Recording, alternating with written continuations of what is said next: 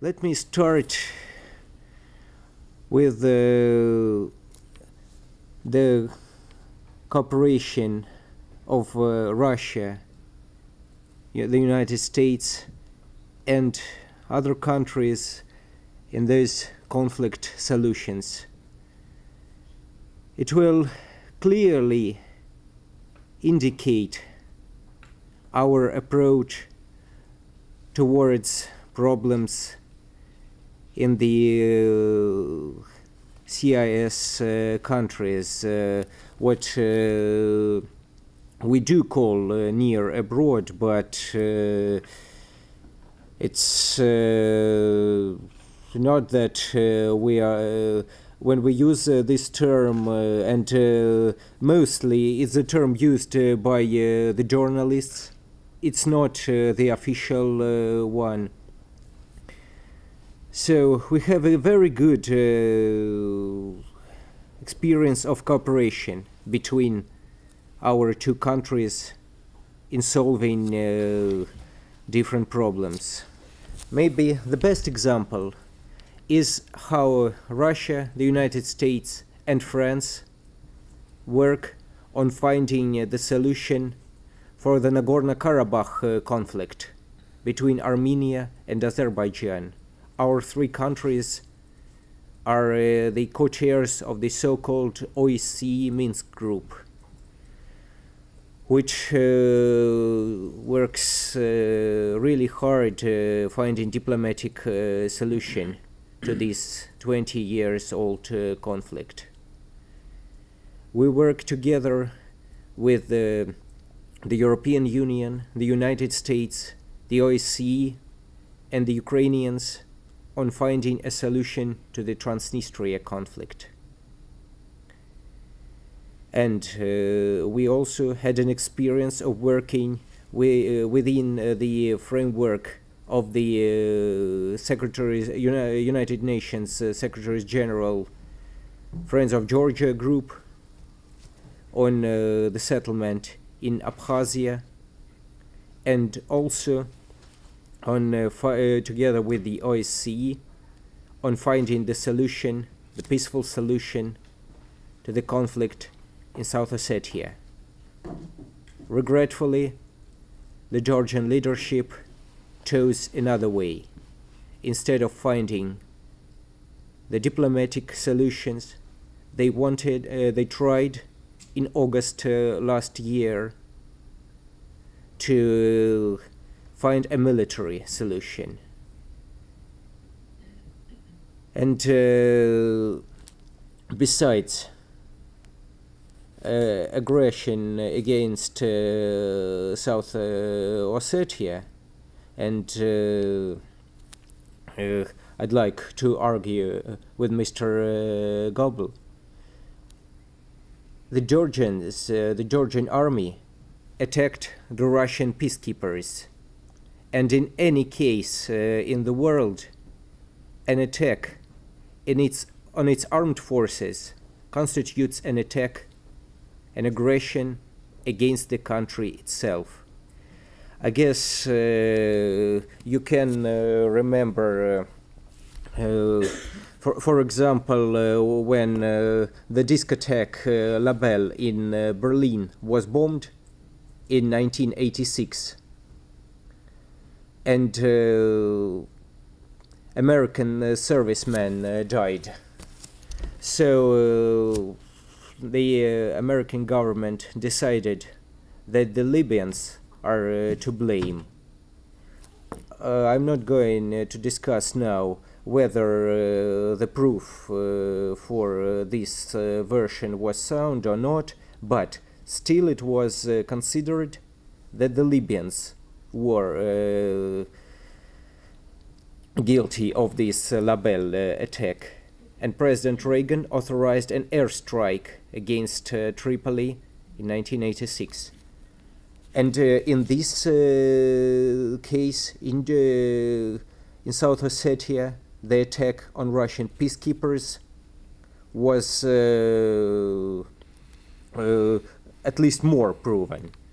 So it constituted an attack against Russian forces as well. But when talking about what Russia is today, what Russia was 20 years ago and what Russia is today, let's ask ourselves, is it a more predictable international partner? Is it a more predictable and better business partner? Do we have in Russia a country more open to the world? And the answer to all those questions will be yes. Well, the leading international companies, including American, are seeking new opportunities and finding new opportunities in having business relations with Russia. Well, the best example of American companies having business relations with Russian is Boeing and the Russian company VSMPO Avisma, the leading producer of the titanium alloys, which are used for producing the Boeing aircrafts, including the Dreamliner. And as for an international partner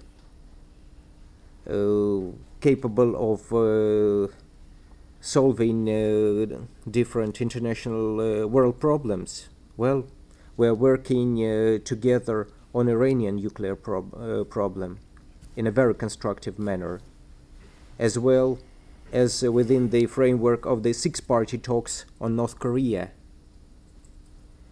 We're working together on finding solution to the global financial crisis, and the meetings of the G20 group in Washington last year, in London, and this year in Pittsburgh showed it. And by the way, on the margins of all those meetings, our presidents had their bilateral contacts. And one more thing, Russia is quite more open to the outside world than it was. Just take the number of Russians going overseas every year. And where do Russians go? The vast majority goes to the Western countries or to the close allies of the Western countries. Like, for example, last year, 3 million Russians went to Turkey, a NATO ally. They go to Thailand, which has privileged security relations, and our main trading partner and business partner is Germany. So, when judging where Russia stands now, take into consideration all those facts and many more. And maybe one more thing is that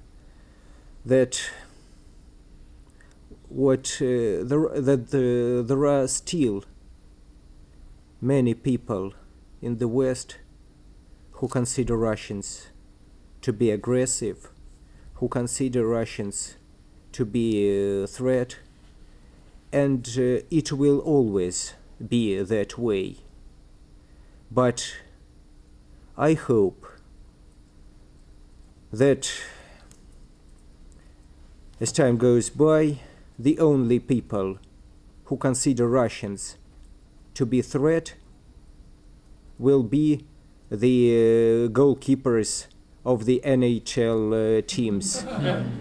Because, yes, ask the goalkeeper from, say, Chicago Blackhawks, or who is threatening you most of all, and he will say Ovechkin does, or Kovalchuk. So that's what I really think of, that Russian threat will be associated just with Ovechkin and Kovalchuk, because it is so.